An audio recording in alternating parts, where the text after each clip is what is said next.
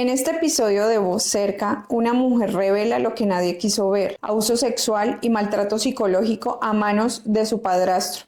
Hola, el día de hoy vamos a presentar un caso, como todos, muy especial, pero en este episodio nuestra participante no desea revelar su imagen debido al contenido como tal de lo que nos va a hablar y por su tranquilidad y confidencialidad. Recuerdo que este espacio es un espacio donde la idea es tener experiencias compartidas y con sentido, y por eso las historias desde cualquier ámbito son importantes escucharlas. Entonces voy a darle la introducción a nuestra invitada muy especial. Antes de adentrarnos en el tema del día de hoy, quisiera que nos contaras un poco de ti. ¿Cuántos años tienes? Bueno, tengo 28 años, voy casi 29. Eh, un poco de mi historia, pues ha sido pasos muy gratificantes, porque al pasar de mi edad, he conocido personas maravillosas que me han apoyado mucho. He tenido un recorrido muy, muy extenso a mi corta edad, lo siento yo, y como he pasado momentos malos, también he pasado momentos buenos, y pues que siempre alrededor hay personas muy, muy buenas conmigo. ¿Qué te motivó a estar en este espacio, a poder contar tu historia, al poder escucharte y pues obviamente darnos el honor de escucharte? ¿Qué te motivó? Pues más que todo es para una reflexión y como una alerta más que todo a las mamás, ¿no? Porque muchas veces se confían de las personas que están mismo dentro de las casas de uno mismo. Ok, bueno, cuéntanos cómo ha sido ese recorrido. Hablas de un crecimiento personal. ¿A qué le llamas en tu estilo de vida ese crecimiento o a qué se lo atribuyes? Bueno, yo principalmente tuve una infancia muy dura, eh, una infancia y una preadolescencia pues fue algo compleja. Ahorita en mi vida de adultez pues ha sido algo muy ameno, que en ese momento estoy pasando un proceso pues de satisfacción, de apoyo por las personas que hay alrededor mío.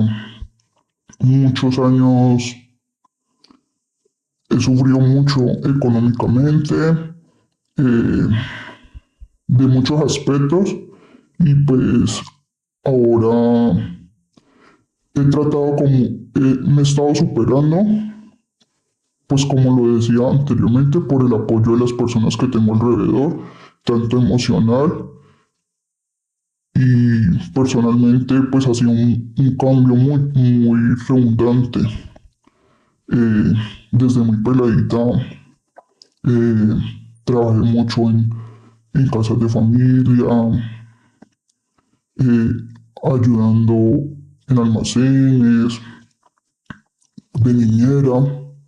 Ahorita, pues gracias al apoyo de las personas que tengo alrededor, me he podido superar mucho en académicamente.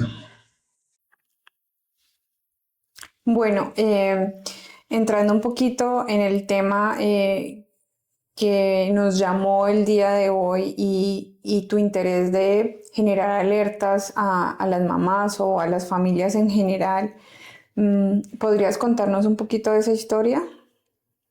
Bueno, eh, yo he sido una persona abusada sexualmente y psicológicamente por la persona que yo creí que era mi papá. ¿Por qué digo creí? Porque pues no es mi papá de sangre, pero al estar con mi mamá, al criarme al lado de él, lo sentí como mi papá, pero sucedieron muchas cosas que hasta ahorita, en mi madurez, he entendido que no eran normales porque yo las significaba como normales. ¿Quisieras contarnos un poquito de eso? Bueno, de lo que yo me recuerdo es que en mi época, pues de mi edad de 5 o 6 años, que es lo que más me llega a mi mente, siempre he presentado como un abuso psicológico y tanto sexualmente, en el sentido de que mi padrastro eh, desde, desde pequeña siempre ha tratado, pues ha abusado de mí, en el sentido que pues en ese entonces solamente era como cosas sexuales orales y a medida de mi crecimiento pues fue aumentando más como mi daño psicológico y ya se llegó a un extremo, una penetración. ¿Cómo era vivir con esta persona antes de que no reconocías que era un abuso? Pues como le decía, yo siempre lo creí con mi papá, siempre fue un afecto que se suponía que era amoroso, pero en verdad no era así, porque en el sentido que me daba besos en la boca, que me tocaba en las partes donde no debía, y obviamente pues nunca era tanto el daño psicológico o lo veía tan normal que nunca alerté a mi mamá en ese sentido, en ese entonces por la falta de conocimiento y pues por la inocencia.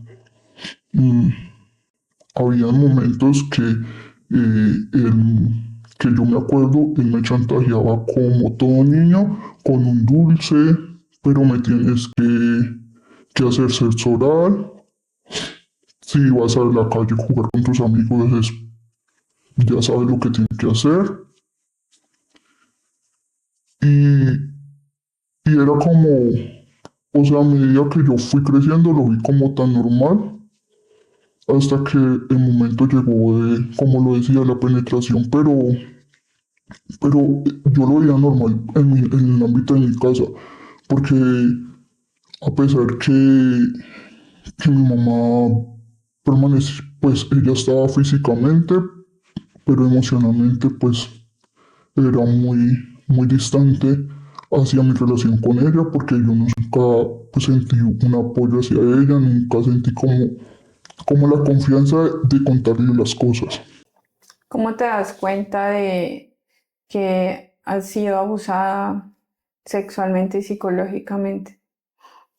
Bueno, cuando tenía la edad de 16, 15 años en promedio, Espérame, entiendo algo. Es decir, que este abuso comienza a los 5 años sí, es donde yo más tengo más presente, y se extiende hasta qué edad. hasta los 15 años, ¿Cuándo te das cuenta? ha sido algo que no es algo normal.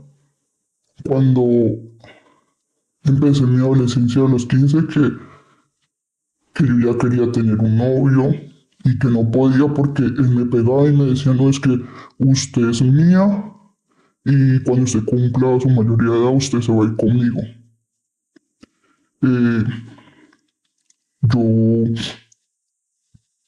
siempre me retraía de todo, me invitaban a salir o alguna actividad en el colegio, yo no lo hacía por miedo. Eh, los mismos profesores veían como el miedo y la distancia que yo tenía hacia mis compañeros o amigos porque siempre he sido una persona como muy sola hacia el ámbito de amistades en todo. Eh, yo descubrí que él estaba abusando de mí, que eso se llamaba abuso. Abuso fue cuando por casualidad de la vida yo entré a estudiar una carrera que, que me llevaba mucho a muchos de esos puntos, y fue donde yo descubrí que lo que estaba pasando en mi vida era un abuso. En esa carrera, cuando comenzaste a estudiar, ¿qué fue eso que te hizo reconocer que estaban maltratándote? Eh, bueno, yo inicié haciendo la carrera de criminalística y a mí un día me tocó ir a la fiscalía y ese día me tocó presenciar un abuso de una menor de edad de 7 años. Ahí donde yo entendí y vi muchas cosas que lo que estaba pasando en mi vida era similar o era la misma que esa pobre niña estaba sucediendo. Cuando te das cuenta de eso, ¿quieres hablarlo con alguien? Sí, pero el miedo no me dejó. Eh, Traté de dar muchas alertas a mi mamá, pero como nunca había una buena comunicación ni un buen cariño, lo dejé pasar y todo, todo me lo refugié yo misma, porque nunca encontré como el apoyo en alguien, hasta que cumplí 17 años y no aguanté más y se lo dije a una tía, pero fue ya en un desespero porque yo quería ser una muchacha normal, que quería salir, que quería tener su novio y que veía que en eso en mí no era normal. Entonces yo ya tomé como la decisión, muchas veces también en pasar de mi adolescencia y mi infancia traté de matarme varias veces, me, me automedicaba, me trataba de cortar. Hubo hasta una compañera del colegio que ella me decía, no, te tienes que cortar aquí las piernas, las manos, para que ese dolor se te vaya. Cada vez que tú tengas tristeza, córtate y verás que ese dolor se te va. Cuando tú le cuentas a tu tía, ¿qué pasa después de eso? Bueno, en ese entonces mi tía tenía una pareja pues no era muy de la sociedad, en el sentido que era una persona, como se dice en la calle, era eso llegó a oídos de él, de ella. Hacia ella yo tuve mucho apoyo, pero también ella dentro a lo último a contarle a mi mamá. Eh, Todo fue algo muy, ¿cómo se le dice eso? Fue algo muy impactante porque pensé que iba a tener el apoyo y lo único que tuve fue más rechazos. Es decir, que cuando tu tía le cuenta a tu mamá, el rechazo aumenta. Sí, porque ella siguió diciendo que era culpa mía, que, que yo era la que me lo estaba insinuando y que, en pocas palabras, que yo era ¿Alguien más te hizo sentir culpable? el que más me dolió fue eso. Y, y al contar las cosas, al como no eran, lo decían ellos, tanto él como ella, como para que dijeran que yo fuera la víctima si yo fuera la culpable de todo, porque ella llegó a poner casi toda mi familia en contra. ¿Y es tu mamá? Sí, hubieron, hubieron varias palabras de mis tías que también me dañaron mucho porque decían que yo no sé para qué yo estaba en la casa de ellas y yo era lo peor, que yo no sé para qué me hablaban.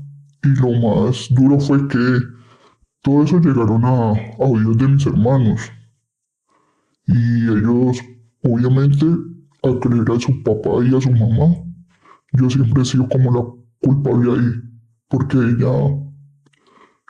mi mamá me reprocha que ella dice que el matrimonio a ella se le dañó fue por mi culpa. ¿Y hoy en día qué piensas de tu mamá? Pues al principio le tenía mucha rabia, mucho rencor, pero, pero la vida, como lo decía al principio, la vida me ha puesto personas de mi camino, muy, que he sentido el amor verdadero y, y en este momento yo creo que lo mejor que pude hacer fue refugiarme mucho en Dios y yo ahorita no siento rencor hacia ella, pero tampoco mi relación con ella es muy buena. Solamente es como lo básico, lo general y ya no más. ¿Qué crees que hace que las personas tengan esa idea tan errónea de que una persona que sufre algún abuso psicológico, sexual, tiene la culpa?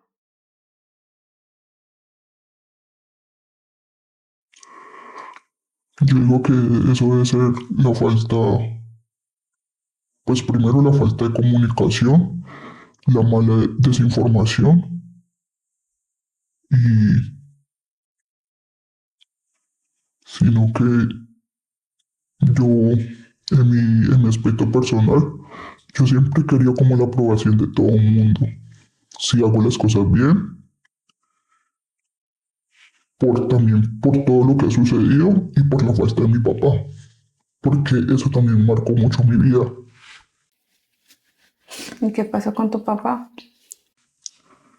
Pues según lo que yo sé, el conocimiento que yo tengo es que él nunca me ha querido. Cuando mi mamá estaba embarazada, le dijo que me abortara.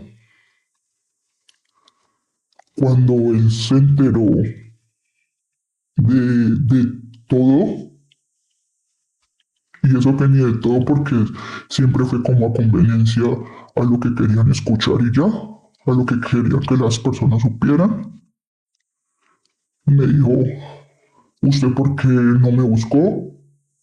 Es que usted se tiene que ganar mi cariño.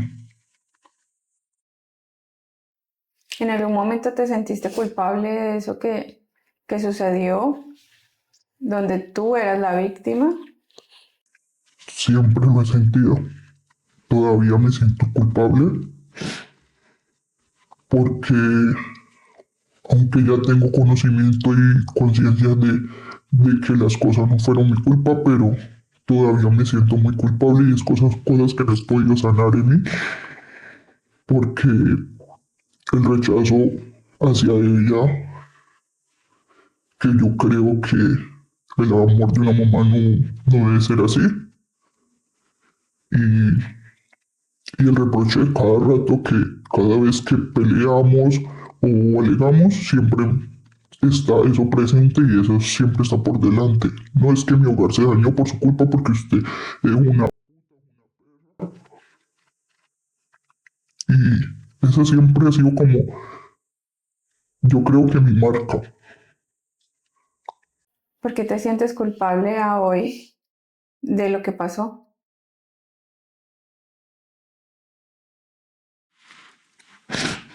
porque no he podido sanar mi interior, a pesar que tengo mi pareja y tengo relaciones con él, me siento sucia. Por eso yo trato de evitarlo. Sé que en él he tenido mucho apoyo, pero no he podido como superar eso. Y cada vez que yo tengo relaciones con él, me siento, creo que peor cuando las personas le pagan para tener relaciones. Mira que algo que pasa en las personas que han vivido el abuso sexual en tiempos tan prolongados y la gente no lo comprende es que no ven y no se dan cuenta de que están siendo abusadas porque justamente lo está haciendo alguien que supuestamente es figura de afecto, de amor. Y pasa mucho de que una figura de poder, ya sea económica, afectiva, genere este tipo de situaciones y las personas que son víctimas no se dan cuenta. Entonces está el cuestionamiento de por qué si pasó tanto tiempo yo no me di cuenta y cómo te ibas a dar cuenta si era el entorno en el que vivías y era algo que aunque era repetitivo y de alguna manera no sabías que era en ese momento un abuso, era normal.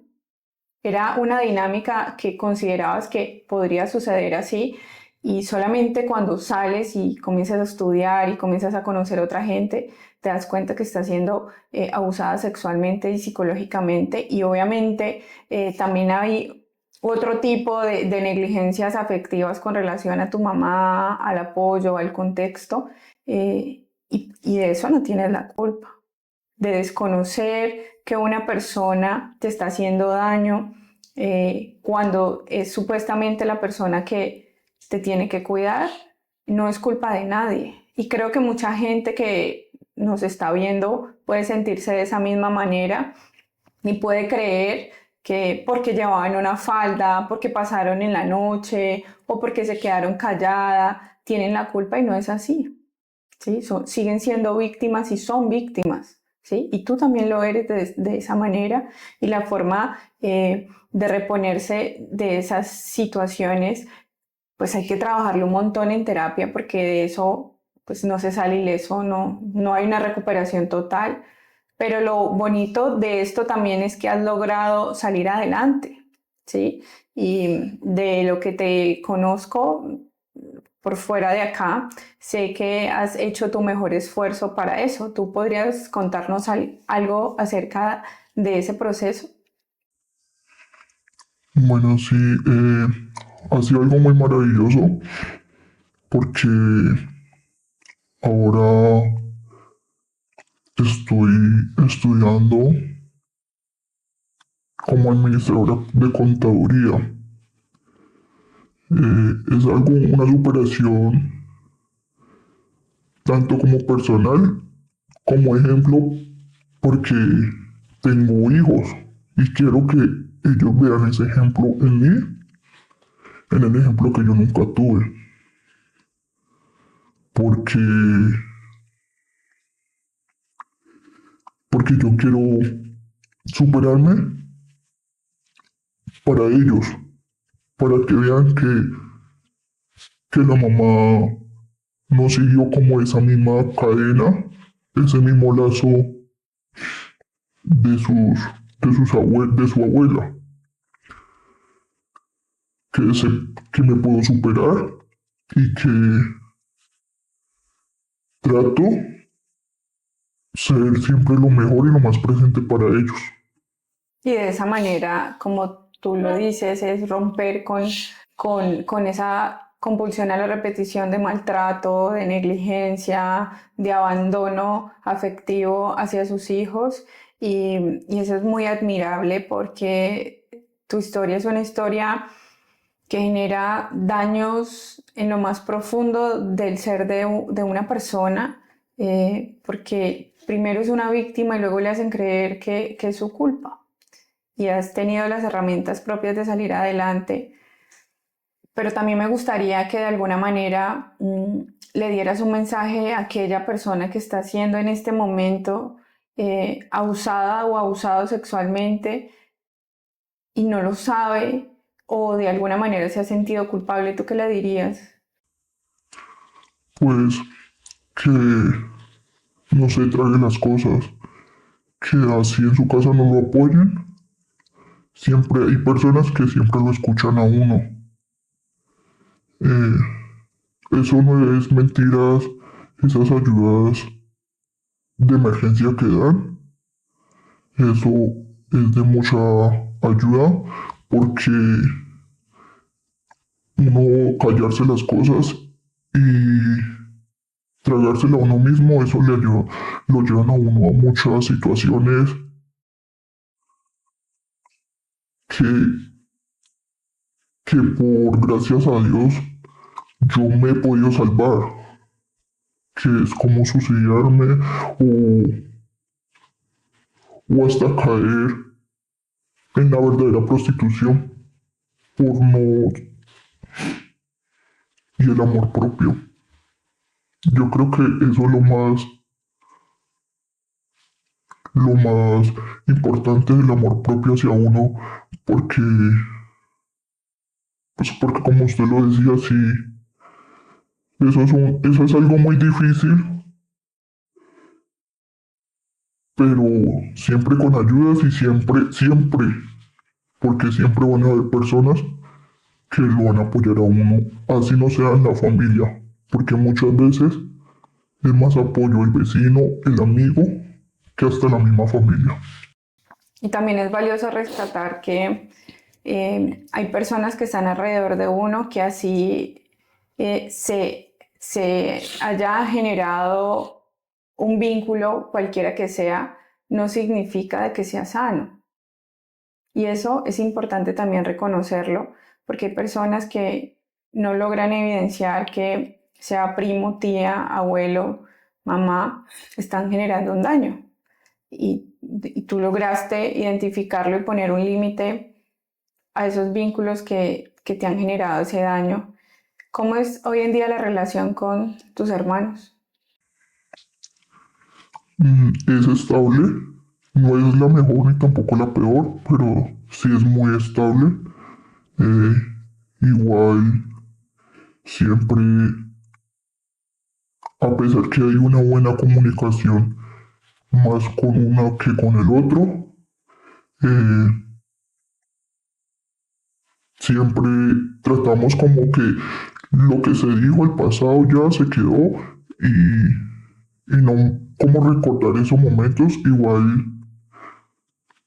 cuando ellos supieron, ellos estaban también muy niños y obviamente eso nunca se va a olvidar hacia ellos porque es su papá, pero, pero igual el afecto ha sido muy estable entre nosotras. ¿Qué quisieras también decirles a una mamá que su hijo o su hija le está diciendo en este momento que está siendo abusado sexualmente o que alguien le está haciendo algo con lo que no se sienten cómodos? Pues siempre estar alerta a la mínima eh, alerta que le den a uno, porque no puede ser que le digan expresivamente o contextualmente directamente lo que sucede, sino que muchas veces las palabras o las pocas palabras, más que todo las, el hacer, es donde hay las alertas, porque yo muchas veces no lo dije verbalmente, pero sí hacía las cosas, pero nunca. ¿Cómo qué cosas hacías que daban a entender que estabas sufriendo de abuso sexual? Como el no, al negarme que no quería ir, pero no, vaya que la lleva, él es su papá. eh, las alertas que, pues normalmente en mi edad, a estar sola, al no querer salir a ningún lado, al estar, llegaba a llorar, eh, los mismos docentes que estaban a mi alrededor veían mi tristeza y nunca les puso cuidado que porque no es que la forma de ser de ella es así. Eh, siempre cuando me veía cortada me decía usted tan boba, deja estupideces, quiere seguir una moda y eso nunca lo puso como en alerta, nunca le puso como cuidado, sino que eran bobadas que yo hacía. Y justamente este espacio es un espacio de construcción para que las personas que nos estén escuchando comprendan que el abuso sexual, el maltrato físico, el maltrato psicológico, sí tiene formas de ser identificado y como sociedad tenemos que comenzar a entenderlo. Cambios en la conducta, cambios en la alimentación, en el sueño, cuando los niños o las niñas o los adolescentes comienzan a orinarse o poposearse en la ropa, a cambiar su estado de ánimo o simplemente a decir que no están cómodos en un espacio, son alarmas significativas a los que como sociedad debemos tener en cuenta y actuar. No es posible que una persona que esté viviendo un abuso sexual y que haya sido maltratada tenga que cargar con la culpa de que le estén haciendo daño, porque como sociedad también estamos fallando en la falta de empatía y de comprender el sufrimiento del otro. Te agradezco muchísimo por este espacio y la reflexión con esto es que cuando hay un trabajo interno y desde adentro con uno mismo se puede generar cambios significativos tanto en la vida personal, laboral, como tu rol como mamá. Te agradezco mucho. Muchas gracias y este espacio pues lo quiero agradecer y más que todo poner en alerta a las mamás que, que estén pendientes mucho de sus hijos, que están en el mínimo descuido con las mismas personas de la casa, ahí puede estar el lobo. Muchas gracias.